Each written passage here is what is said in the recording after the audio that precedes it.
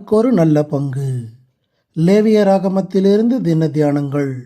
இன்றைக்கான வேத பகுதி லேவியராகமம் 23வது அதிகாரம் வசனங்கள் 23 முதல் 25 வரை. கிறிஸ்துவுக்குள் நாம் நினைவு கூறப்படுதல். நீ இஸ்ரவேல் புத்திரரோடு சொல்ல வேண்டியது என்னவென்றால், உங்களுக்கு 7ஆம் மாதம் 1ஆம் தேதி எக்காள சத்தத்தால் ஞாபகக்குறியாய் கொண்டாடுகிற பண்டிகை என்கிற சபை கூடும் பரிசுத்த ஓய்வு நாளாய் இருப்பதாக. வசனம் 24. பெந்தகோஸ்தே பண்டிகை முடிந்து ஒரு நீண்ட இடைவேளைக்கு பிறகு 7ஆம் மாதத்தில் இந்த எக்காள பண்டிகை வருகிறது.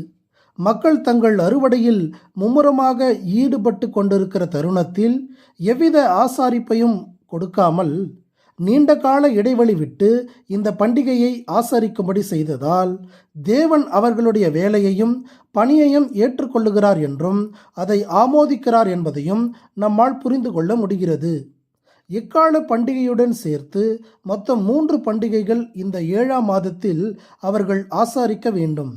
இஸ்ரவேல் நாட்டின் தொடர்பில் இம்மூன்றும் எதிர்காலத்தில் நடைபெறும் நிகழ்வுகளுக்கு அடையாளங்களாக இருக்கின்றன. இந்த ஞாபகக்குறியாய் கொண்டாடுகிற பண்டிகை, அதாவது நினைவுபடுத்தப்படுகிற பண்டிகை ஆகும்.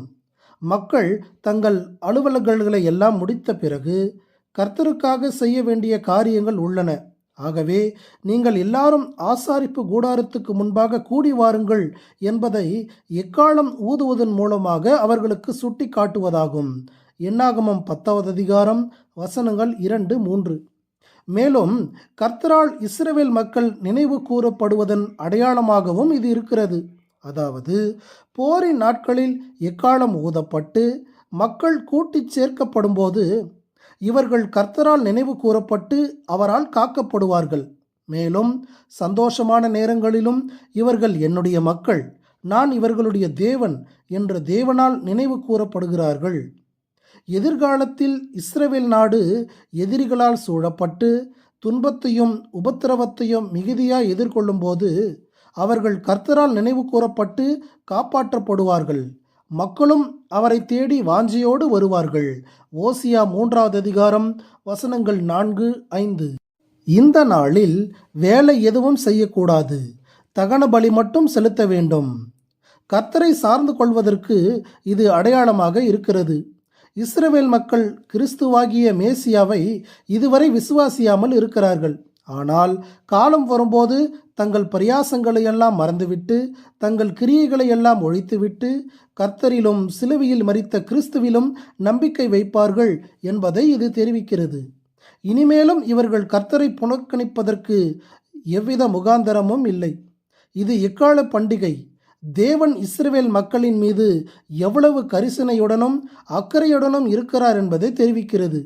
இந்த பண்டிகையை யாருக்கு கொடுத்தாரோ அந்த இஸ்ரவேல் மக்கள் கர்த்தரை பற்றிய காரியத்தில் உண்மை இல்லாதவர்களாக போய்விட்டார்கள். ஆயினும் இந்த பண்டிகையை கொடுத்த கர்த்தரோ தம்முடைய வாக்குறுதியில் உண்மையுள்ளவராக இருக்கிறார். புதிய ஏற்பாட்டு விசுவாசிகளாகிய நமக்கும் ஓர் எக்காலம் ஊதப்படும். அப்பொழுது கண்ணிமைக்கும் நேரத்தில் நாம் எல்லாரும் அவருடன் சேர்க்கப்படுவோம். 1 கொரிந்தியர் 15:52, 1 தெசலோனிக்கேயர் 4:13 முதல் 18 வரை. பொய்யுரையாத தேவனின் வாக்குறுதியில் நம்பிக்கை வைத்து, ஆமேன், கர்த்தராகிய இயேசுவே வாரும் என்ற ஆயத்தத்தோடும் ஆசையோடும் நாமும் வரவேற்போம்.